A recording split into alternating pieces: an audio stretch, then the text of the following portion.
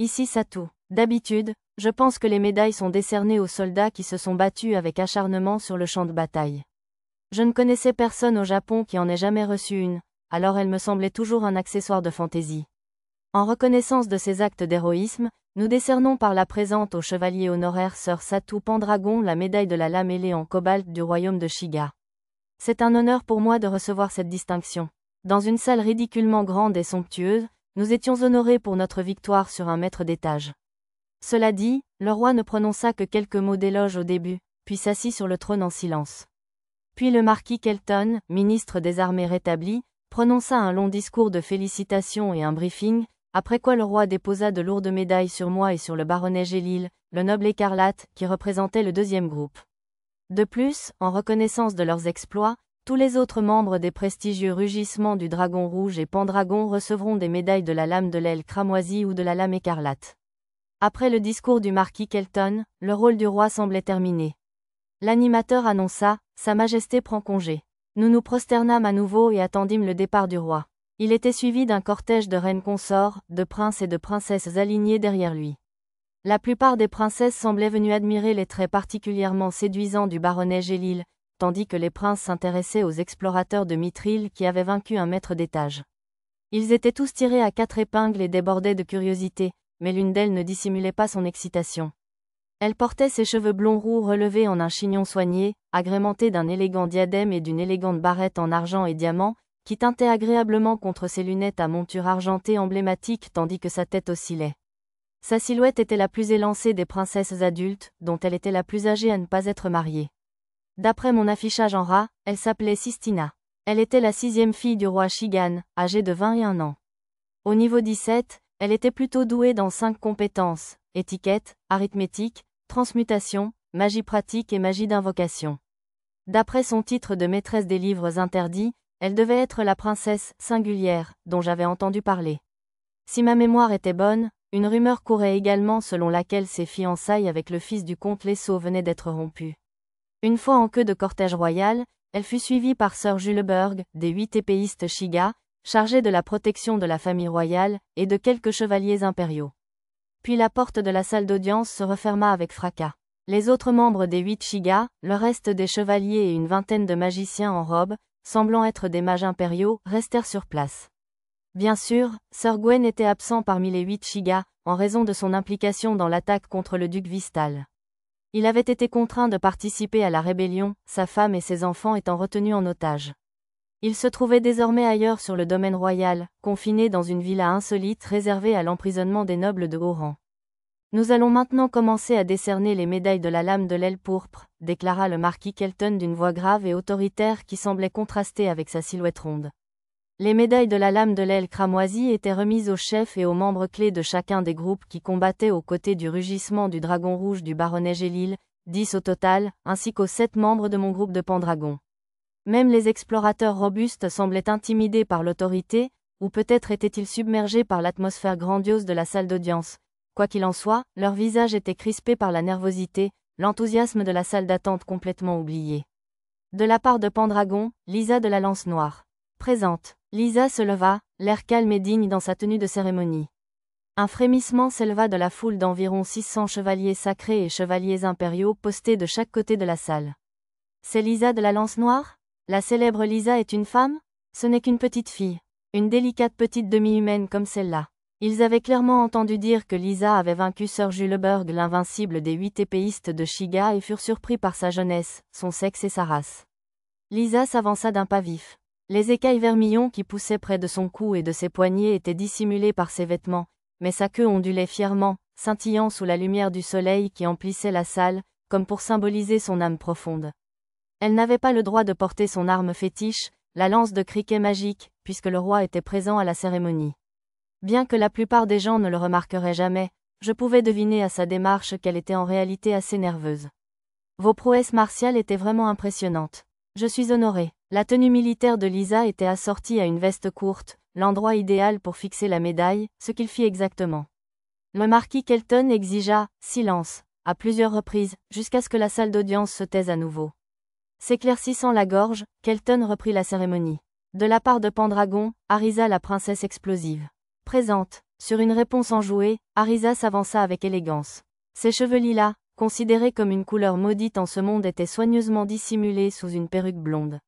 D'ailleurs, le titre de princesse explosive était un titre qu'elle s'était inventé dans la salle d'attente. De nouveau, des murmures de surprise s'élevèrent quant à son âge, mais beaucoup moins nombreux que lorsque Lisa se révéla. Pour ne pas abîmer le tissu de sa robe, Arisa portait une cape munie d'une petite attache pour épingler la médaille, comme les autres filles. De la part de Pendragon, Missanaria de la forêt de Bolénan. Tandis qu'elle titubait comme à son habitude, les couettes turquoise pâles de Mia faisaient rebondir sa capuche jusqu'à ses épaules, révélant ses oreilles d'elfe légèrement pointues. La médaille ne semblait pas l'intéresser outre mesure, mais l'idée de se retrouver avec le reste du groupe la motivait suffisamment pour participer. La forêt de Bolénan n'est-elle pas la patrie de Trasayuya le sage? Alors, cette petite fille est une elfe? Une elfe, hein? Du jamais vu. Les chevaliers murmurèrent entre eux en la voyant. Cela devait être inhabituel pour eux, car aucun elfe ne résidait dans la capitale royale. De la part de Pendragon, Nana la bouclier. Affirmatif. La belle blonde à la poitrine généreuse Nana se leva ensuite. Bien que son expression habituellement impassible rendait la chose difficile à discerner, le ton de sa voix suggérait une nervosité considérable. Je ne pouvais pas la blâmer. Bien qu'elle ressemblât à une lycéenne, c'était en réalité un homoncule magique créé par l'homme, et techniquement, elle avait moins d'1 an. De Pendragon, Tama, la ninja chat. Oui, Tama, une petite fille aux cheveux blancs courts, aux oreilles de chat et à la queue, sauta sur ses pieds. Derrière elle, Lisa chuchota. La bonne réponse est « présent » et Tama se corrigea. Tama, d'ordinaire décontractée, semblait anormalement tendue, ses bras et ses jambes bougeant à l'unisson, maladroitement. Son titre de ninja chat était une autre suggestion d'Arisa dans la salle d'attente. De Pendragon, Pochi, la samouraï chien. Paix présent, monsieur. Pochi, une fillette à la coupe au carré brune et aux oreilles et à la queue de chien, répondit d'une voix forte, nerveuse, et se redressa d'un bond. Elle était encore plus raide que Tama, les membres complètement figés et les yeux presque affolés. Pourtant, elle parvint tant bien que mal à accepter la médaille sans semer le trouble. Lorsqu'elle retourna à sa place et soupira de soulagement, Tama et Lisa la félicitèrent affectueusement. Et, dernier point, mais non le moindre. De la part de Pendragon, la reine des dames Lulu. Paix présent. La beauté japonaise, Lulu, se leva, une légère lumière caressant ses longs cheveux noirs comme pour les caresser tendrement. Elle avait passé plusieurs heures supplémentaires à se maquiller et à se maquiller aujourd'hui, rendant ses traits déjà magnifiques suffisamment éclatants pour faire s'écrouler non seulement un pays, mais une planète, voire une galaxie. Je n'imaginais même pas à quel point elle serait resplendissante si elle n'était pas rongée par le stress. Ensuite, nous remettrons les médailles de la lame écarlate. Le reste de la cérémonie ne nous concernait pas, alors nous restâmes assis à regarder les explorateurs en mithril qui avaient combattu aux côtés du groupe du baronnet Gélil recevoir leur récompense. Une vingtaine de personnes au total reçurent la médaille de la lame écarlate. Ce n'était encore qu'environ la moitié de ceux qui avaient défié le maître d'étage avec Gélil et survécu. Les autres étaient des seconds rôles, manifestement insuffisants pour mériter une médaille ou un titre. Finalement, le marquis Kelton annonça que la cérémonie de Perry aurait lieu au début de la nouvelle année et conseilla aux nouveaux titrés de réfléchir à leur nom de famille. Sur ce, la cérémonie prit fin. Ensuite, nous devions déjeuner dans une autre salle, et au deuxième cycle de l'après-midi, vers 15h30 en temps terrestre, nous serions les invités d'honneur d'un bal. Le déjeuner fut servi dans une salle à manger pouvant accueillir environ 500 personnes, et ce fut un véritable repas composé de plusieurs plats. Voici du saumon sakura meunière, à la manière du royaume. Un serveur en uniforme de majordome nous présenta des assiettes élégamment dressées et nous expliqua chaque plat. Le saumon sakura était un mets courant à cette saison dans la capitale royale, et il était apprécié par la noblesse et les citoyens de la capitale, considéré comme un mets porte-bonheur, réputé pour apporter la réussite. Pochi, tu ne peux pas juste le piquer avec une fourchette. Pareil pour toi, Tama, utilise le couteau pour le couper d'abord. Mais je peux facilement manger ça d'une bouchée, monsieur. Pas de couteau, pas de souci. Je te le dis, ce n'est pas une question de savoir si tu peux ou non. Arisa faisait de son mieux pour apprendre à Pochi et Tama les bonnes manières à table.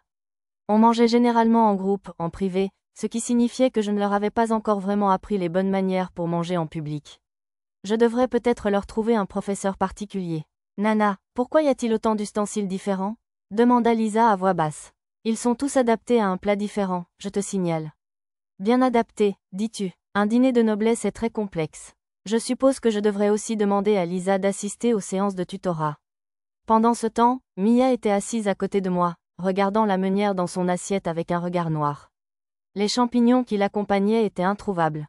Mia, finis ton plat. Mais je déteste le poisson. Il est déjà désossé. Fais comme si c'était autre chose, d'accord? Mia fronça les sourcils et le fixa avec plus d'intensité. C'était impoli de grogner avec une fourchette dans la bouche, mais j'avais du mal à lui dire, vu son côté si mignon. Mia, ta fourchette. Je la grondai doucement après avoir savouré la scène un instant. Ce n'était pas si grave, cependant, les serveurs ne firent aucun commentaire, et surtout, ce n'était rien comparé aux explorateurs sauvages qui mangeaient bruyamment à la table d'à côté. C'est bon, il n'y a pas assez de nourriture dans l'assiette, cependant. Tu l'as dit, oublie le poisson, il me faut de la vraie viande. Et c'est quoi ces verres de vin? File-moi une chope pleine de bière. Dès qu'elles entendirent le mot viande, les yeux des filles bêtes brillèrent, mais je les informai que le plat suivant serait de la viande avant qu'elles ne puissent se plaindre d'en vouloir aussi. Ce sont des turbulents, commenta Arisa en observant les explorateurs. Sans blague, approuvai-je. Les serveurs semblaient parfaitement formés, ne sourcillant même pas devant le comportement tapageur des explorateurs. Au contraire, ils apportèrent des portions supplémentaires du plat de viande qui suivait, informèrent discrètement les invités qu'ils pouvaient se resservir et leur firent preuve d'une hospitalité sans faille. Pendant ce temps, le baronnet Gélil et les autres explorateurs de noble naissance faisaient semblant d'ignorer leurs compagnons turbulents tout en savourant la nourriture.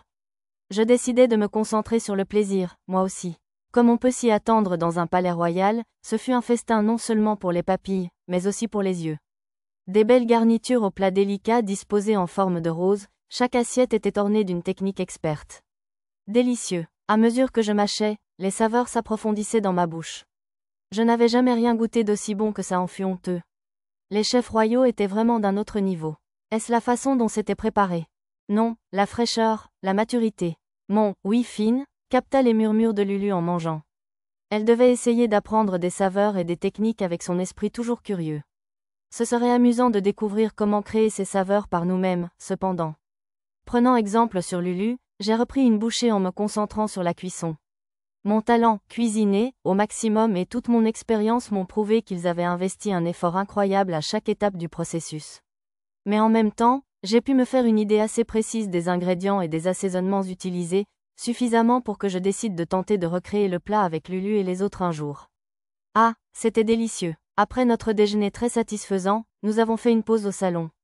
C'était une pièce en forme de croissant de lune qui encerclait partiellement la salle à manger, avec à peu près la même capacité maximale. Miam, c'était délicieux, monsieur. J'ai récemment appris que cette nouvelle expression fétiche de Pochi n'était pas une mauvaise prononciation de « délicieux », mais plutôt un mot inventé signifiant « dangereusement délicieux ». Oui, les plats de viande étaient particulièrement bons. Lisa poussa un soupir de satisfaction. Puis elle ajouta avec indignation, « J'aurais peut-être préféré une texture un peu plus ferme. » Je suis presque sûre que si c'était assez ferme pour plaire à Lisa, personne d'autre n'aurait pu le manger. Après le bal, il ne reste que la cérémonie de Péri du Nouvel An, remarqua Arisa avant de se tourner vers moi. On reste combien de temps dans la capitale royale, au fait? Je ne sais pas, jusqu'après la vente aux enchères, au milieu du premier mois du Nouvel An, peut-être? Le butin du maître de chambrée que nous avions offert au roi serait vendu aux enchères, après quoi le roi nous offrirait une récompense en espèces calculée sur la base des enchères gagnantes.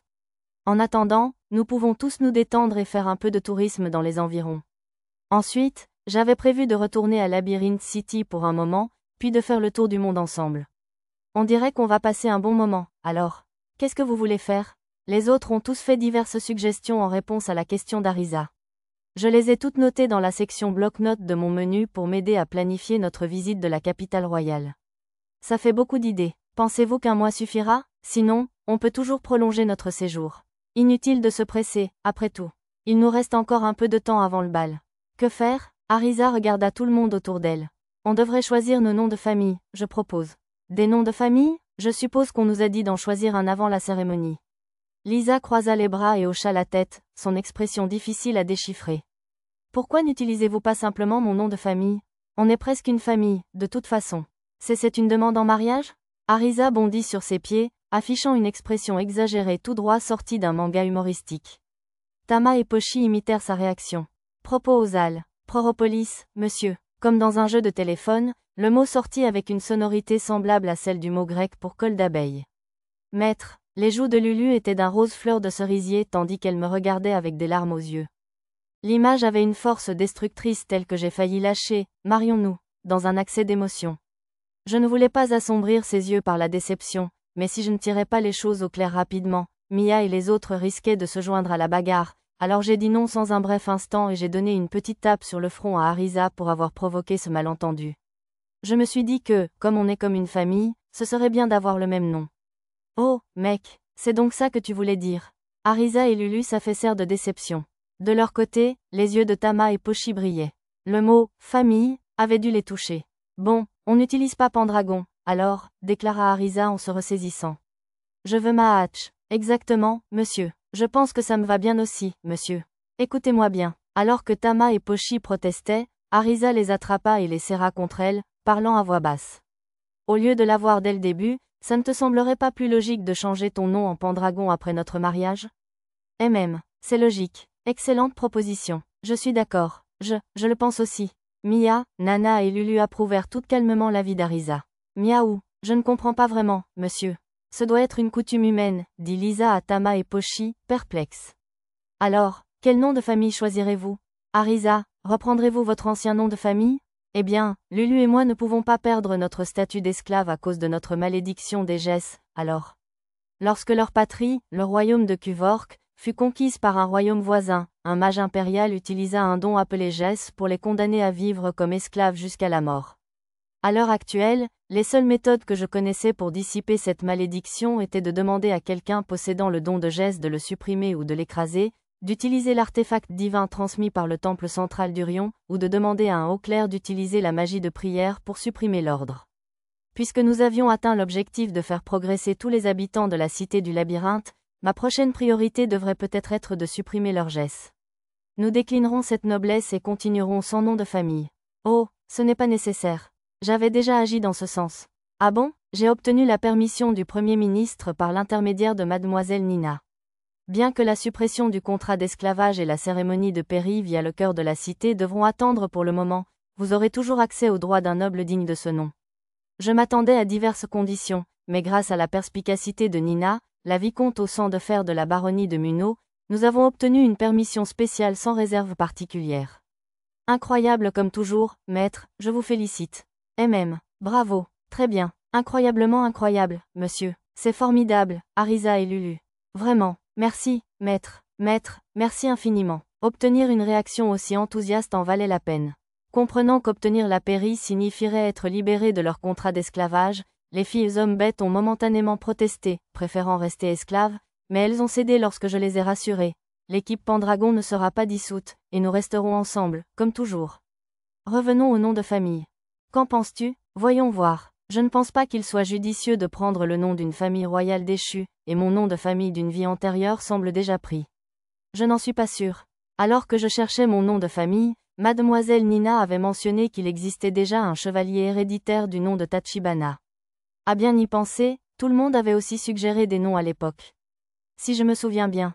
Lulu, tu as déjà mentionné le nom de famille Watari. C'était le nom de famille de ton grand-père, n'est-ce pas? Non, mon arrière-grand-père. Puisqu'il venait d'un pays très lointain, je le soupçonnais d'être japonais ou d'en être le descendant. Pourquoi ne pas choisir Lulu Watari, alors? Suggéra Arisa. Peut-être. Lulu marqua une pause, puis se tourna vers moi. Tu ne trouves pas ça bizarre, maître? Non, pas du tout. Alors je choisirais Watari. On aurait dit qu'elle voulait sincèrement confirmer si c'était étrange, et non se laisser dissuader, alors j'ai fait de mon mieux pour apaiser ses craintes. Et vous avez mentionné Nagasaki, n'est-ce pas, Nana? Oui, le nom de mon ancien maître, je vous le signale. L'ancien maître de Nana, Zen le roi mort-vivant, était un japonais réincarné. Très bien, c'est comme si vous passiez du nom de votre ancien maître à celui de votre maître actuel. C'est une excellente demande, je vous le garantis. Le commentaire désinvolte d'Arisa sembla titiller l'imagination de Nana. Impassible comme toujours, elle tourna la tête vers Arisa si brusquement qu'elle en fut surprise. Maître, je demande la permission de prendre Nagasaki comme nom de famille. Accordé. J'ai ignoré l'absurdité de l'idée de devenir mon épouse. Lisa, votre suggestion était Kishrishigarsa? Oui, le nom de ma tribu. Alors vous vous appellerez Lisa Kishrishigarsa à partir de maintenant? Ce serait génial, s'exclama Arisa avant que Lisa ne puisse répondre. Une fois que vous serez mondialement célèbre, peut-être que d'autres membres dispersés de votre clan viendront vous trouver. Oui, peut-être, murmura Lisa, la voix pleine d'émotion, puis elle hocha la tête. Maître, puis-je prendre le nom de Lisa Kishrishigarsa? Oui, bien sûr, je la rassurai fermement, car Lisa avait tendance à être timide sur ce sujet. Tama et Pochi, que ferez-vous? Monsieur? Question difficile, monsieur. Tama et Pochi froncèrent leurs petits sourcils avec attention. Peut-être pourriez-vous prendre le même nom que Lisa et devenir les sœurs Kishrishigarsa? Cela me fit penser à 3 héroïnes en juste au corps coloré bondissant dans la nuit. Assortie. Moi aussi, je veux être assortie, monsieur. Alors Tama Kishrishigarsa et Pochi Kishrishigarsa, c'est parti. Arisa déclara. C'était facile. Et Arisa, quel sera votre nom, monsieur? J'ai un certain attachement au nom Tachibana, mais s'il existe déjà une autre famille Tachibana, les choses pourraient se compliquer inutilement. Le front d'Arisa se plissa, songeuse. Pourquoi ne prendriez-vous pas le même nom de famille que Lulu? Demanda Lisa avec curiosité.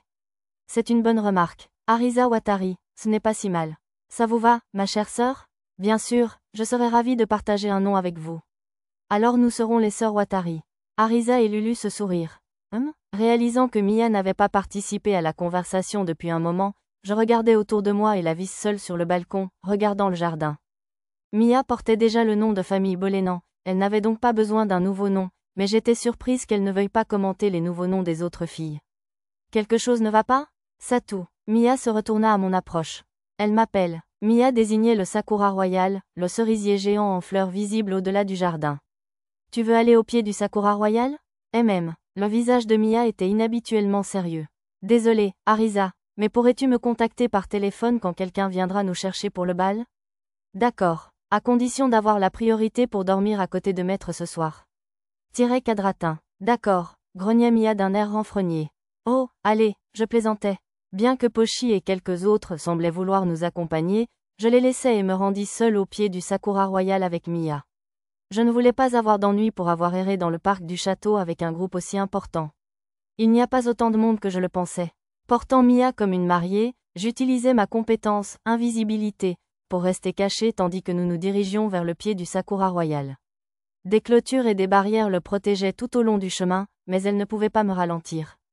Nous arrivâmes au pied de l'arbre sans être repérés. Là, Mia désigna du doigt quelque chose qui ressemblait à un autel. N'est-ce pas? Cachée dans l'ombre de l'autel se trouvait une jeune fille à l'apparence éphémère. Adossée au tronc de l'arbre géant, ses cheveux blonds vénitiens bruissant au vent, elle dégageait un air plutôt fantastique. Cette jeune fille devait être l'esprit du sakura qui appelait Mia. Cette pensée me trottait dans la tête, et je m'approchais bêtement d'elle sans même consulter l'écran de réalité augmentée. Bonjour, qui va là? La jeune fille perdit brusquement son air mystique et se tourna vers nous avec suspicion. Il est interdit d'approcher du sakura sacré sans la permission du protecteur du sakura. Sakura sacré devait être le nom officiel du sakura royal. La jeune fille poursuivit d'un ton poli, l'air toujours sévère. Je ne sais pas de quelle famille vous venez, mais je dois vous demander de partir immédiatement. Ne voulant pas être chassée avant d'avoir réglé la question de Mia, j'ai décidé de faire semblant pour jeter un écran de fumée. Mes excuses, nous sommes venus parce que le grand cerisier nous a appelés. C'est impossible. La fille commença à rejeter mes paroles, mais une femme couleur cerisier en fleurs surgit du tronc de l'arbre. C'est donc ça l'esprit du cerisier, pensai-je. Je suis désolée, petite protectrice du cerisier. J'ai besoin que tu dormes un instant, d'accord? La charmante femme qui était apparue de l'arbre toucha la jeune fille et l'endormit instantanément. Puis, après avoir délicatement écarté les cheveux de son visage, elle se redressa et se tourna vers nous. Alors qu'elle inclinait la tête avec curiosité, un écran de réalité augmentée apparut à côté d'elle. Une dryade? C'était une silhouette bien plus voluptueuse que les dryades enfantines que j'avais l'habitude de rencontrer, et pourtant, son origine indiquait clairement qu'elle en était une aussi. C'est gentil à toi d'être venue quand je t'ai appelée, ma petite. Cet humain est-il un de tes amis? La dryade affichait une expression perplexe. Elle ne m'appelait pas « mon garçon », comme le faisaient habituellement les autres dryades, ce qui signifiait que cette dryade rose ne faisait pas partie de l'esprit de ruche partagé par les dryades vertes que j'avais rencontrées. J'allais l'endormir, mais ça ne marche pas du tout, En jetant un coup d'œil au journal sur mon écran de rat, j'ai constaté que j'avais résisté à un effet de sommeil à plusieurs reprises. Elle avait dû utiliser une attaque d'état sur moi sans que je m'en aperçoive. Je devais faire attention à ne pas me laisser distraire par sa voix mielleuse. Tout va bien, cloche silencieuse. À la suggestion de Mia, j'ai montré à la dryade Sakura la cloche silencieuse de Bolénan. Je suppose qu'il va bien, alors. Cette cloche m'avait été remise comme preuve de la confiance des elfes, ce qui a semblé suffire à rassurer la dryade Sakura. Maintenant qu'elle ne se méfiait plus de moi, la dryade Sakura a commencé à expliquer sa situation à Mia. Voyez-vous, le flux de magie est étrange ces derniers temps. C'est assez troublant. Je n'arrive même pas à le puiser dans la source de mana de la capitale royale. Pensez-vous qu'on puisse faire quelque chose, MMN? Monsieur? Mia a activé Vision spirituelle, ses yeux devenant argentés tandis qu'elle regardait autour d'elle. Puis elle fronça les sourcils et me regarda, visiblement perplexe.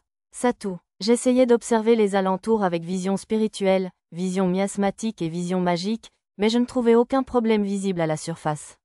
Je ne possédais aucune magie pour explorer les veines souterraines, et je ne pouvais pas non plus envoyer directement de la magie dans le sol sans qu'elle ne s'évapore. Peut-être valait-il mieux diriger ma magie vers les racines du Sakura royal. Lorsque j'expliquais ma méthode d'investigation à la dryade Sakura, elle me proposa une autre solution. Attends, c'est un vieil arbre, passe plutôt par moi.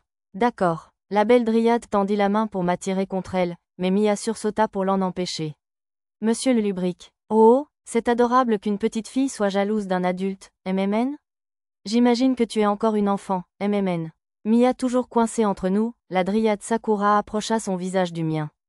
Tout comme les petites dryades vertes l'avaient fait pour absorber ma magie, il semblait qu'elle voulait effectuer le transfert bouche à bouche. Eh bien, je ne vais pas me plaindre d'avoir épargné un baiser ou deux à une femme aussi pulpeuse. Les mains. Mia tendit la main et posa ses doigts sur nos visages pour empêcher le baiser. Les mains? Mais le transfert par les mains serait bien moins efficace. Ce serait un fardeau plus lourd pour l'humain, Il va bien. Mia leva les yeux vers moi avec une expression qui semblait dire, n'est-ce pas? J'acquiesçais. Je peux supporter un fardeau plus lourd sans problème. Ah bon? Alors, les mains, c'est ça. Je pris la main veloutée de la dryade et laissai doucement couler un peu de mon pouvoir magique en elle. Un son plutôt suggestif s'échappa des lèvres de la dryade.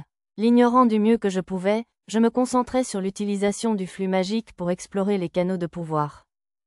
Tu as raison. La magie est en train de se bloquer quelque part. Déterminer l'emplacement précis du blocage allait être un peu compliqué. Comme les symptômes ressemblaient à ceux des blocages de puissance magique des outils et armes magiques, je pourrais probablement tout éliminer en envoyant de la magie dans les circuits à différentes vitesses. Ça te dérange si j'essaie? Oui, s'il te plaît, Une fois la dryade autorisée, j'ai immédiatement commencé à nettoyer les circuits magiques. Oh là là, Monsieur, j'aurais aimé qu'elle arrête de faire des bruits aussi déplacés devant Mia. C'était aussi assez distrayant, alors j'ai fait de mon mieux pour ignorer la voix de la dryade et continuer mon travail. Ça allait être plus facile que je ne le pensais. Non, attendez, il y avait une zone qui stagnait de façon exaspérante. Comme pour enlever une tâche tenace, j'ai accéléré et utilisé plus de la moitié de la puissance magique restante pour tout éliminer d'un coup. Oh là là, j'ai dû exagérer, j'ai senti comme une valve magique se briser sous mes efforts. Désolé, dryade, je crois que j'ai fait une erreur et que j'ai cassé quelque chose. T'inquiète, mon garçon. Dryade? Au lieu de la belle dryade adulte d'avant, je me retrouvais face à face avec la jeune dryade à la peau verte habituelle. Oh, grâce à toi, mon garçon, j'ai pu me connecter à mon moi extérieur pour la première fois depuis 400 ans. Elle expliqua qu'un sorcier avait utilisé un sort magique pour fermer le circuit magique afin d'empêcher les informations de la capitale royale de fuir vers les elfes, 400 ans auparavant. Comme si j'allais parler des humains aux elfes de toute façon. L'esprit de la ruche dryade semblait contrarié que la dryade Sakura ait été coupée du reste. Je pourrais faire refleurir les Sakura cette année grâce à toi, mon garçon. Oh, je sais, prends ça. La dryade nous tendit une sphère rose à Mia et moi. On les appelait des perles de Sakura, et apparemment, c'était une sorte de perles d'esprit des arbres. On pouvait les utiliser de la même manière, mais ils avaient aussi l'effet particulier de faire fleurir les fleurs. Peut-être pourrais-je accomplir des miracles, comme faire pousser des fleurs sur un arbre desséché, comme un vieil homme dans un conte populaire. Merci aussi, ma petite. Dans quelques jours, les bourgeons commenceront à pousser et ils fleuriront dans moins de 10 jours. Profite bien de la floraison de cette année. Sur ce, la dryade disparut dans l'arbre. Bien que j'ai été tentée d'utiliser ma perle de Sakura sur le Sakura royal et de profiter des fleurs nocturnes, je me suis abstenue. On m'avait déconseillé d'y envoyer de la magie directement, car cela pourrait raccourcir la durée de vie de l'arbre géant. Retourne. Oui, on devrait probablement. Une fois la dryade disparue, nous allions partir immédiatement. J'ai donc décidé de réveiller d'abord la protectrice du Sakura pour qu'elle ne passe pas la nuit là-bas et n'attrape pas froid. Je me suis aussi dit que nous serions plus suspects si nous partions sans un mot. Ce ne serait pas bon signe, puisqu'elle avait vu nos têtes. À bien y penser, je devrais probablement signaler au roi ou au premier ministre prochainement que la veine souterraine de la capitale royale était dans un état étrange. Elle ne se réveille toujours pas. J'ai essayé de secouer la fille, mais le sort de sommeil de la dryade semblait assez puissant. Ce n'est qu'après avoir utilisé la magie de brisation sur elle et essayé de lui parler et de la secouer à plusieurs reprises qu'elle a finalement bougé. Que s'est-il passé? Elle a cligné des yeux lentement, mais dès qu'elle a posé les yeux sur moi, elle s'est levée d'un bond et a reculé. Oh, bien, tu es réveillée. J'étais inquiète parce que tu t'es évanouie au milieu de notre conversation. Tu t'es évanouie? Tu as l'air épuisée. Tu ne dors pas assez? Pendant notre conversation, j'ai remarqué qu'elle portait du maquillage pour masquer ses cernes. D'ailleurs, elle somnolait contre le cerisier quand je l'ai abordée. Non, je vais très bien, a-t-elle marmonné en se couvrant le visage. Mais surtout, comme je l'ai déjà dit, le Sakura sacré occupe une terre sacrée. Sans la permission d'un protecteur Sakura comme moi, nul ne peut y entrer. Veuillez retourner d'où vous venez immédiatement. Il était intéressant de constater qu'il semblait seulement chasser les intrus, et non les arrêter, comme je l'avais déjà remarqué. En vérité, nous nous sommes perdus et sommes entrés ici par erreur. Je m'excuse, mais pourriez-vous nous indiquer comment accéder au hall d'accueil nord? Bien sûr, je savais où aller grâce à ma carte. Je me suis dit qu'il serait moins suspect de demander mon chemin que de partir immédiatement. Permettez-moi de vous accompagner jusqu'au hall d'accueil nord, alors. Puis-je vous demander votre nom? Je suis Athéna Raffol, membre des 33 bâtons de Shiga. La jeune fille désignait le blason de sa robe en se présentant. Son nom semblait tout droit sorti de la mythologie grecque, mais rien n'indiquait qu'il s'agissait d'une réincarnation ou d'une transposition. Ce devait être une coïncidence, alors. C'était une utilisatrice de magie de la Terre de niveau 35, avec des titres comme Protecteur Sakura et 33 bâtons Shiga, ce dernier étant réservé aux mages impériaux. Pourtant, entre cela et les 8 épéistes Shiga, les habitants de ce royaume semblaient apprécier les titres comportant des chiffres. Je ne serais pas surpris que les 4 rois célestes, ou quelque chose du genre, apparaissent ensuite. Je m'appelle Pendragon, chevalier héréditaire et vassal de la baronnie Munno. En entendant ma présentation, Madame Athéna perdit d'un coup son air poli. Oh là là, quelle idiote de penser que tu étais le fils insensé d'un noble important. Je suppose que je me suis inquiétée pour rien. Son ton passa de courtoisie à désinvolture à une vitesse fulgurante. Bon, peu importe, je vous accompagnerai presque jusqu'au hall de réception nord. Merci beaucoup. On est censé amener les intrus au poste de garde, mais on dirait que tu n'as pas endommagé le cerisier sacré. Je suis sûre que tu ne veux pas perdre ton titre honorifique sitôt après l'avoir obtenu, n'est-ce pas? Malgré son attitude indifférente, elle semblait plutôt attentionnée. Au fait, c'est ta petite sœur? Demanda Athéna tandis que nous nous mettions en route. Non, Mia souffla et se détourna. Mia est mon amie. Une amie? Une petite fille comme ça? Athéna s'arrêta pour observer son visage. Athéna, ah, te voilà. Une femme à lunettes apparut dans l'ombre d'un chemin fourré, flanquée de 2 dames d'honneur. Princesse Sistina, nous sommes en présence de la royauté, vous deux. Dépêchez-vous de vous incliner. Athéna tomba aussitôt à genoux, nous incitant à faire de même. Je l'imitai rapidement, mais Mia croisa les bras et grommela. Je ne veux pas. Pépépé, toi. Ne reste pas planté là, mets-toi à genoux. Athéna, troublée, tira sur le manteau de Mia. Il descendit avec sa capuche, révélant ses oreilles. Hein? Une elfe? Aïe. Mia se libéra de l'emprise d'Athéna. Alors tu es une elfe. De quel clan viens-tu? Impoli. Mia gonfla les joues d'indignation face à cette question brutale. Athéna, c'était plutôt impoli.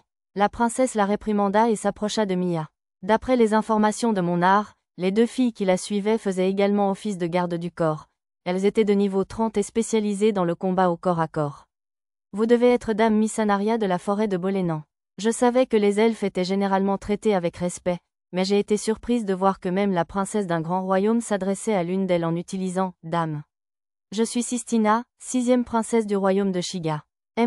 Mia acquiesça d'un signe de tête à la présentation polie de la princesse et répondit de la même manière. Je m'appelle Missanaria Bolénan, la plus jeune elfe de la forêt de Bolénan, fille de Lamisoya et Lilinatoa. Ma compétence, oui aiguë, capta un murmure d'Athéna. Forêt de Bolénan. N'est-ce pas de là que Trasayuya le sage venait? Athéna, Dame Missanaria est. Athéna se leva d'un bond et interrompit la princesse d'un ton rapide. Ce n'est pas parce que tu es une elfe comme le grand sage que tu es si spécial. Mes ancêtres ont peut-être perdu, mais je jure que j'accomplirai bien plus que le sage. Elle pointa du doigt Mia, qui parut perplexe face à ce soudain développement. Monsieur, les ancêtres de cette fille devaient avoir une sorte de querelle contre Trasayuya. Je déteste les elfes, je les trouve si spéciaux juste parce qu'ils sont nés. J'ai gagné ce poste de sorcier impérial grâce à mon travail acharné et à mon talent, tu sais. Je ne suis peut-être qu'une écharpe rouge dans les 33 bâtons de Shiga pour l'instant, mais un jour, je jure que je deviendrai le chef des sorciers impériaux et que je porterai cette écharpe argentée. Tandis qu'Athéna soufflait et haletait, Mia semblait paniquer. Avant que je puisse intervenir, les dames d'honneur m'ont devancé. Ça suffit. L'une d'elles frappa Athéna à l'arrière de la tête. Vous êtes devant son Altesse royale. Une écharpe en argent, s'il vous plaît. Vous êtes tellement impoli que vous pourriez bien vous faire retirer votre écharpe rouge. Leurs réprimandes tirèrent Athéna de sa rage aveugle et elle devint rouge vif. Je suis terriblement désolée. Elle s'inclina devant la princesse, qui se contenta de dire « Vous vous excusez auprès de la mauvaise personne », puis fit un signe de tête à Mia. Je n'aurais pas dû. Mal. Athéna commença à s'excuser, mais Mia l'interrompit d'un bref murmure. Hein? Athéna cligna des yeux, ne comprenant pas. Mia sortit l'insigne en mithril de son petit coffre et le lui montra. Elle essayait probablement de dire qu'elle aussi fournissait des efforts, ne se considérant pas comme « spéciale du simple fait d'être née », comme l'avait dit Athéna à propos des elfes. C'est un insigne en mithril? À bien y penser, on dit que les derniers insignes en mithril ont vaincu les maîtres d'étage supérieurs et intermédiaires. Cette fille ne devait pas être présente à la cérémonie. Eh bien, je vais vaincre un maître d'étage inférieur. Impossible. Pourquoi pas? Je vais le faire, vous verrez. Le ressentiment d'Athéna envers les elfes s'enflamma de nouveau, rendant ses excuses sans objet. En voyant cela, les dames d'honneur arboraient des expressions terrifiantes, semblables à des masques, d'une irritation voilée. C'est impossible, c'est faux. Mia essayait probablement de dire qu'un mage ne pourrait pas gagner seul, mais sa brève expression obscurcissait ce sens. Nous, les humains, progressons sans cesse tandis que votre peuple se cache dans les bois, vous savez. Venez à un entraînement de sorcier royal un de ces jours, et je vous montrerai de quoi nous sommes vraiment capables. Ne me blâmez pas si vous perdez courage en voyant notre sorcellerie synchronisée. Ça suffit. Combien de fois faudra-t-il vous le rappeler? Cette fois, les deux dames d'honneur giflèrent Athéna d'un coup. Je suis désolée, s'excusa-t-elle en larmes auprès de Mia. Voyant sa frustration, je décidai de dissiper le malentendu à sa place. Puis-je intervenir? La princesse acquiesça, et l'une de ces dames d'honneur dit « Allez-y », m'autorisant ainsi à expliquer les intentions de Mia à Athéna. Ce que Mia vient de dire n'était pas pour se moquer de vous ou des mages humains. Elle disait simplement qu'un mage seul ne pourra pas vaincre un maître d'étage. Vraiment? Et même, à mon explication, la colère d'Athéna s'apaisa et elle regarda Mia. Lorsque Mia acquiesça, les épaules d'Athéna s'affaissèrent légèrement, comme gênée de s'être autant énervée. C'est tout ce que tu voulais dire? Oui, merci. J'ai hoché la tête vers la princesse. Athéna, comment était le Sakura sacré? Malheureusement, rien n'a changé. Je vois, il devait faire référence à l'anomalie dans le flux de magie mentionné par la dryade au Sakura. J'avais déjà résolu ce problème, mais comme la dryade avait endormi Athéna avant que nous en parlions, je n'ai pas dit un mot. Bon, je rentre. Guidez Dame Missanaria et son amie, s'il vous plaît. Après avoir dit au revoir à Mia, la princesse reprit le même chemin. Voici la salle de réception nord. Peu après cette rencontre, la salle vers laquelle nous retournions apparut. Suivez ce chemin, et vous y serez bientôt. Sur ce, Athéna se retourna pour partir, puis marqua une pause. Je suis désolée pour tout ça. Mais les humains sont vraiment géniaux, vous savez. Vous devriez venir voir notre entraînement un de ces jours.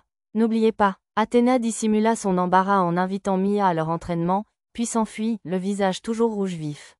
Monsieur, quelle fille amusante, et même, unique. Elle était étrange, mais je décidai de prendre cela comme une victoire que nous ayons réussi à établir un lien avec les sorciers impériaux. Cette sorcellerie synchronisée m'intéressait moi aussi, alors ce serait peut-être amusant d'aller y jeter un œil avec Mia un de ces jours. Tiens, une dryade? Nous sommes rentrés au salon du hall de réception nord au moment idéal, le bal allait commencer. En nous dirigeant vers le hall principal, j'ai raconté les événements du Royal Sakura au reste de mon groupe, provoquant une réaction immédiate d'Arisa lorsque j'ai abordé la partie sur la dryade de Sakura. Ne me dis pas que cette petite coquine t'a encore volé tes lèvres? Non, bloqué. Mia a répondu fièrement aux inquiétudes d'Arisa. Bien joué, Mia, et même, j'y vais. Les ignorant tous les deux, je poursuivis mon récit tandis que nous entrions dans le hall principal. Les explorateurs déjà entrés levaient les yeux vers le plafond avec des sifflements et des acclamations d'admiration. Je suivis leur regard et découvris un haut plafond voûté incrusté de vitraux colorés, baignant la salle d'un soleil éclatant. Les arches qui soutenaient le plafond étaient elles aussi ornées de sculptures délicates, si délicates qu'on pourrait facilement les contempler pendant des heures. Le reste de mon groupe suivit et s'exclama, émerveillé. Joli, ça me rappelle un peu l'Alaki. Lulu faisait référence à l'île flottante que nous avions explorée dans les mers du Sud. Mais il n'y a pas d'océan au-dessus du plafond, à ce que j'ai entendu. Toujours aussi scintillant. Le plafond est fait de pierres précieuses, monsieur. Il est assez haut. Gardant un œil sur leurs visages ébahis, j'observais le reste de la salle. Au centre se trouvait un espace assez grand pour que 200 personnes puissent danser simultanément, entourées de nombreuses tables aux nappes élégantes. On aurait dit un repas debout, pour faciliter les échanges, mais il y avait aussi plusieurs canapés le long du mur pour que les danseurs puissent se reposer, avec des plantes décoratives pour plus d'intimité. Oh, n'êtes-vous pas le garçon du labyrinthe? Je me retournai et vis le vicomte Belton, que j'avais sauvé d'une toile d'araignée dans le labyrinthe de Seriou. Quel plaisir de vous revoir, vicomte Belton. Je suis désormais vassal du baron Munot, sous le nouveau nom de chevalier honoraire Pendragon. Pendragon? Un des gentilshommes derrière le vicomte répéta mon nom. Mon écran de réalité augmentée révéla qu'il s'agissait du comte Seriou, le maître du vicomte Belton. Le gentilhomme à l'allure guerrière à côté de lui était le baronnet Kigori. Étant donné son statut de chevalier de niveau 43, il devait être ici comme garde du corps du comte. Le connaissez-vous, Belton? Oui, dans le labyrinthe de Seriou.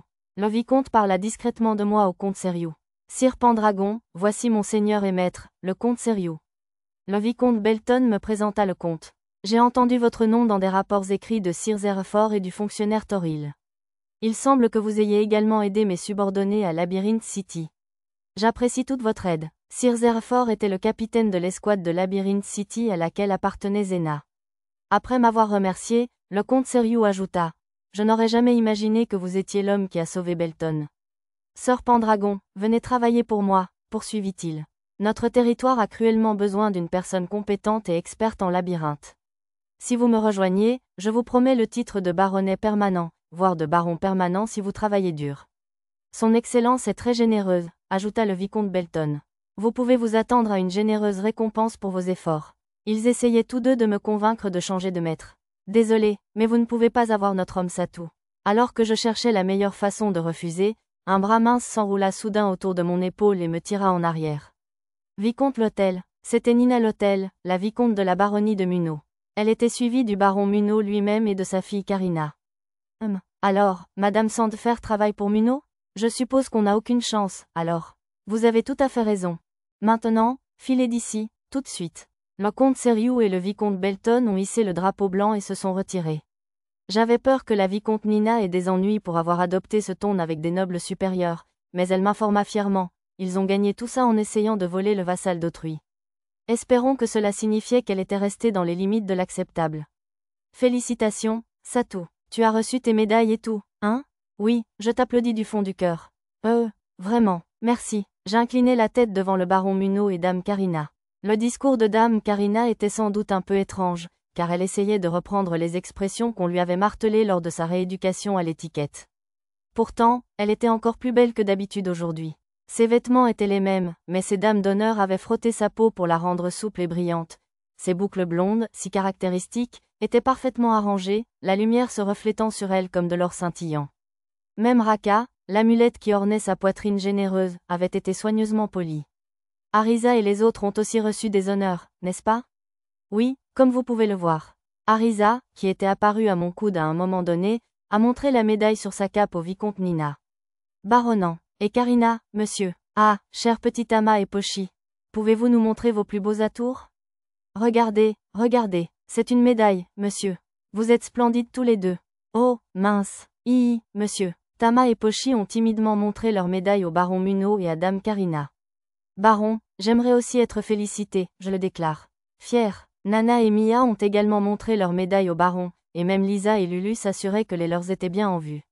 Oh oui, je voulais vous dire quelque chose. Le vicomte Nina s'est penché pour me murmurer à l'oreille. Ce n'est pas encore officiel, mais le baron Munot est promu. À la prochaine assemblée du royaume, il deviendra comte.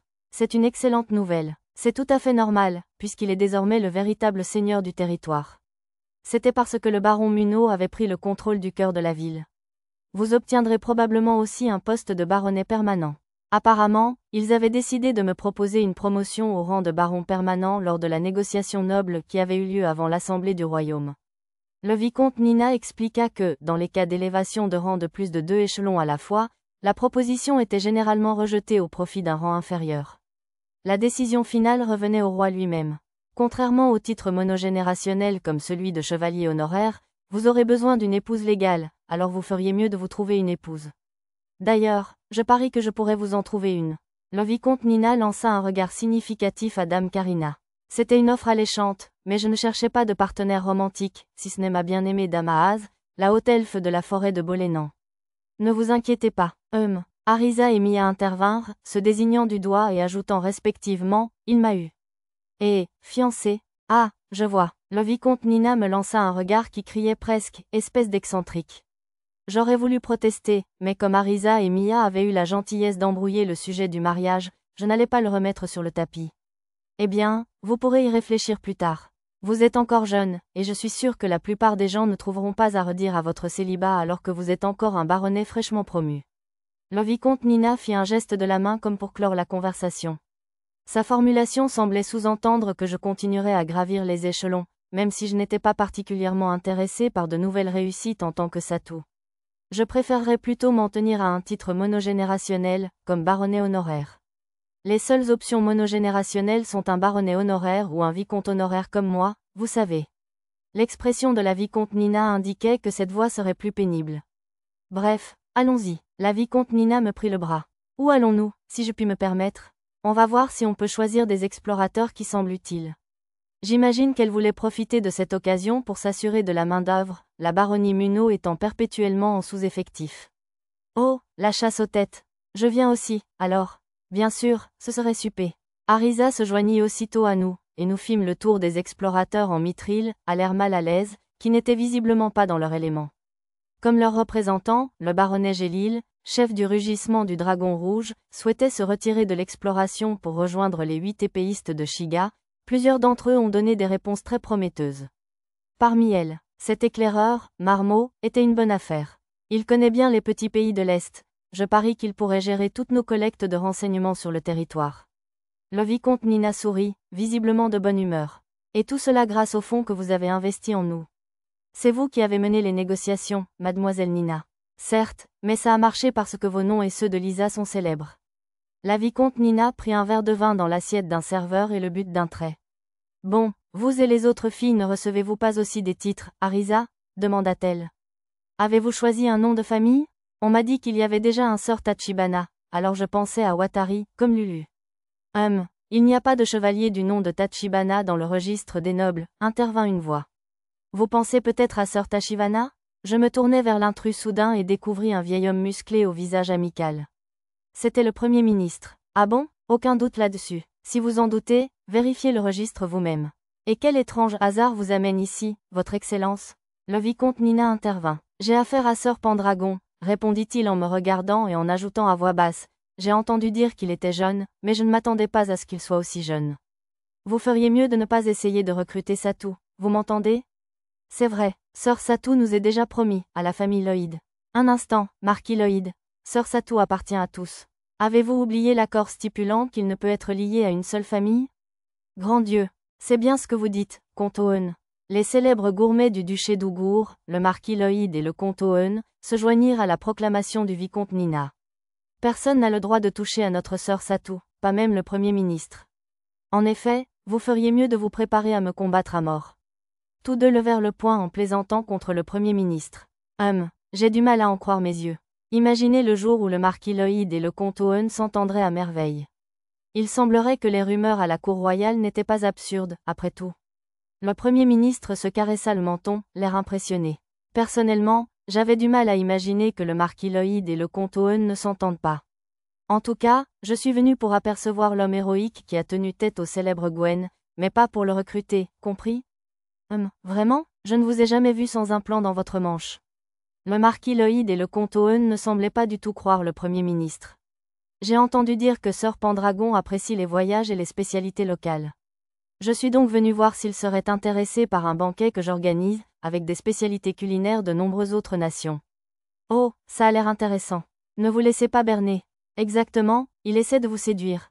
Le marquis Lloyd et le comte Owen s'interposèrent entre nous. Vous avez sans doute l'intention de lui proposer une « cuisine » faite de combinaisons insolites. Franchement, comment comptez-vous assumer la responsabilité si quelque chose arrivait aux précieuses papilles de sir Satou? Insolite est un mot bien dur. Il existe de nombreuses traditions culinaires différentes dans d'autres cultures, vous savez. Les rejeter toutes d'emblée vous disqualifie comme un véritable gourmet. N'êtes-vous pas d'accord, sir Pendragon? Oui, c'est juste, j'acquiesçais. Bien dit. Sur ce, le Premier ministre me tendit une lettre d'invitation. Le banquet aurait évidemment lieu après le début de la nouvelle année. Eh bien, on dirait que les invités arrivent petit à petit. Je ferais mieux de partir avant que quelqu'un de gênant ne me remarque. Aussitôt, le Premier ministre disparut. Je suppose que je vais passer à mon prochain poste, moi aussi. La vicomte Nina emmena le marquis Lloyd et le comte Owen avec elle dans un lieu où les nobles du duché se réunissaient. On dirait qu'elle mijote quelque chose, dit Arisa avec jubilation, la suivant de près. Bon, alors, je regardais autour de moi, me demandant quoi faire. La salle commençait à se remplir. Pendant que nous recrutions des explorateurs et discutions avec le Premier ministre, le bal avait véritablement commencé. Outre ceux d'entre nous qui avaient reçu des médailles, le reste des participants était composé de petits nobles, de nobles militaires de la haute société comme le marquis Kelton, et de quelques seigneurs territoriaux comme le comte Seriou. Aucun membre de la famille royale n'était présent. Le duc Vistal et sa famille étaient absents non plus, mais leurs nobles associés recrutaient activement des explorateurs en mithril. Des prêtresses de l'oracle s'évanouissent après avoir reçu des messages? Une phrase alarmante attira mon attention. Des fonctionnaires civils de petits nobles, présents parmi des personnalités plus importantes, chuchotaient des rumeurs entre eux. Quel temple, tous, je te le dis. Les oracles disent qu'un danger sans précédent approche de la capitale royale, j'ai entendu. J'ai consulté ma carte, mais je n'ai vu aucun danger de ce genre. Tu as entendu, hein? Vous répandez encore des rumeurs? Un jeune homme à l'air désagréable interrompit la conversation. Seigneur Mercret, ce genre de truc n'est qu'un vieux truc pour récolter plus d'offrandes. Au bout d'un moment, je suis sûr qu'ils annonceront simplement qu'ils ont écarté le danger par une prière pieuse ou quelque chose comme ça. Mais les prêtresses ne mentiraient sûrement pas à propos d'un oracle. Mercret ricana à l'intention du fonctionnaire. La prêtresse a-t-elle vraiment parlé d'un oracle? Ah, l'homme sembla alors comprendre que le temple n'avait pas réellement annoncé de prédiction d'oracle. Attiser les peurs sans confirmer un oracle n'est qu'une façon pour eux d'inciter les gens à faire des dons à leur temple. Vous devriez tous vous en souvenir pour ne pas vous faire avoir. Un sourire narquois, Mercret retourna vers sa bande, et ils s'éloignèrent en ricanant ensemble. Je parie qu'ils vont se faire beaucoup de pigeons cette fois, hein? Ouais, vu qu'un démon vient d'apparaître dans la capitale royale. Était-ce vraiment une simple file d'attente pour collecter des dons? Eh bien, je n'ai rien vu de particulièrement inquiétant lors de mes recherches sur la carte. Je pourrai toujours en parler au roi lors de ma prochaine visite. Laissant cette idée de côté pour le moment, j'ai de nouveau regardé autour de moi. Outre les nobles, il y avait d'autres invités, dont de nombreux marchands et négociants. J'ai également repéré M. Omimudori, le président Whistle Folk de la compagnie Sabé, que j'avais rencontré à la réception organisée par Emma, l'épouse du comte Lytton. Comme je venais de recevoir un cadeau de félicitations de sa compagnie ce matin-là, je suis allé le saluer rapidement. Félicitations pour votre médaille de la lamellée en cobalt. Monsieur Omimudori parlait avec beaucoup plus d'aisance que la plupart des hommes bêtes que j'avais rencontrés. Sœur Pendragon, avez-vous un instant? Après avoir parlé avec Monsieur Omimudori, un noble de la bande du marquis Kelton m'a interpellé. Êtes-vous en affaire avec des marchands Whistle Folk depuis longtemps? Non, je l'ai rencontré l'autre jour à la garden party de Madame Lytton. Pourquoi? Je vois, un petit avertissement. Méfiez-vous de ces marchands Whistle Folk. N'importe quel marchand mérite d'être méfiant, mais les marchands de ce lieu ont un sens de l'éthique différent d'une autre. Ils peuvent déroger à la loi sans même le savoir. Attention simplement à ne pas ternir votre réputation pour autant. Ce que j'avais d'abord pris pour une discrimination semi-humaine s'est avéré être un avertissement concernant le risque de malentendus interculturels. Merci de me l'avoir signalé. Après cela, il m'a également invité à rejoindre la faction du marquis Kelton, mais je l'ai fait taire en lui disant que je n'avais l'intention de servir personne d'autre que le baron Munno. Maître, Arisa s'est précipité vers moi, l'air inhabituellement affolé. Viens ici une minute. Je me suis excusé auprès des partisans du marquis Kelton et je l'ai suivi. Regardez, là-bas, ce prêtre. Lequel? Il y en a 3. Regardez, le joli garçon qui semble s'appeler Lawrence, ou quelque chose comme ça. Arisa désignait du doigt un bel homme qui semblait tout droit sorti d'un manga shoujo. D'après mon art, c'était un cardinal de niveau 51 de la province de Parion, du nom de Ozunas. Il portait un turban et de nombreux accessoires dorés, sans doute un style traditionnel de la province. Son haut niveau lui conférait de nombreuses compétences, magie sacrée, foi de Parion, théologie, foi de Parion, magie de la lumière, analyse de personnes, sociabilité, négociation, médiation, marchandage, persuasion, débat, musicien, méditation, raccourcissement de chant, autodéfense, etc. Il possédait également des titres impressionnants, dont Saint, chouchou de la déesse et challenger des épreuves divines. Waouh, ça fait beaucoup de compétences. Hein, vous les voyez? Attendez, vous ne les voyez pas? En vérifiant ma compétence analyse, j'ai constaté que seul son nom, son titre et les compétences magie sacrée, foi Parion et théologie Foi Parion, était normalement visible. Le seul titre visible avec « Analyse » était également sain. Même son niveau était descendu à 32. Ah, je ne vois pas la plupart d'entre eux avec « Analyse ». Il doit avoir un outil magique particulièrement efficace pour inhiber la reconnaissance. Je m'en doutais, quelque chose clochait, et il n'avait pas beaucoup de compétences pour son niveau. C'est pourquoi elle s'est séparée du trio de comploteurs et est venue me chercher. J'ai transmis les informations de mon écran de réalité augmentée à Arisa. 1. Les titres à eux seuls le font passer pour une sorte de héros. J'ai dû acquiescer. Avec un niveau aussi élevé, je me demande s'il serait capable d'utiliser la magie de prière. Peut-être, même si c'est le cas, je doute qu'il soit assez gentil pour aider de parfaits inconnus, a dit Arisa. Alors, pas besoin de te déranger pour nous. De toute évidence, elle avait vu clair dans mon plan pour voir si je pouvais amener le cardinal Ozunas à utiliser la magie de prière pour libérer Arisa et Lulu de leur geste. Malgré les propos d'Arisa, je me suis dit que je pouvais au moins deviner s'il y avait quelque chose qu'il pourrait désirer et que je pouvais lui offrir en échange. Ça valait le coup d'essayer de se lier d'amitié avec lui d'abord, non? Ah, c'est peut-être l'objet qui empêche la reconnaissance, là? Regardez ce truc au poignet de Lorenz, maître. Le jaune doré. J'ai obéi à la demande d'Arisa et j'ai regardé à nouveau Lorenz, je veux dire, le cardinal Ozunas. Bien que l'objet fût difficile à voir sous ses longues manches, j'ai pu obtenir des informations sur l'écran de Mara une fois que j'ai réalisé sa présence. Il s'agissait d'un bracelet de divinité volé, un artefact sacré, contrefaçon, capable de dissimuler son statut. Le champ pour le nom du créateur était vide. Soit le créateur pouvait laisser son nom vide comme moi, soit il n'avait tout simplement pas de nom, soit il existait un moyen de supprimer cette information de l'objet. J'ai parlé à Arisa de cette nouvelle information sur Mara. Une contrefaçon. 1. C'est incroyable qu'elle ait encore réussi à tromper mon test de statut divin.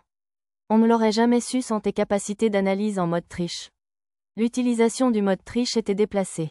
La prochaine fois que j'irai voir le roi ou le premier ministre, je devrais probablement leur parler de l'objet bloquant la reconnaissance du cardinal Ozunas et de son véritable niveau. J'aurais aimé me lier d'amitié avec lui, mais là, c'était une autre histoire. Il vaut toujours mieux tuer dans l'œuf les problèmes potentiels. Pourtant, si la contrefaçon était aussi puissante, je me demande si l'original serait capable de tromper même l'écran de Mara. Ignoble demi-humain. Comment oses-tu interrompre les paroles du seigneur Fringe, héritier de la prestigieuse famille Mercret?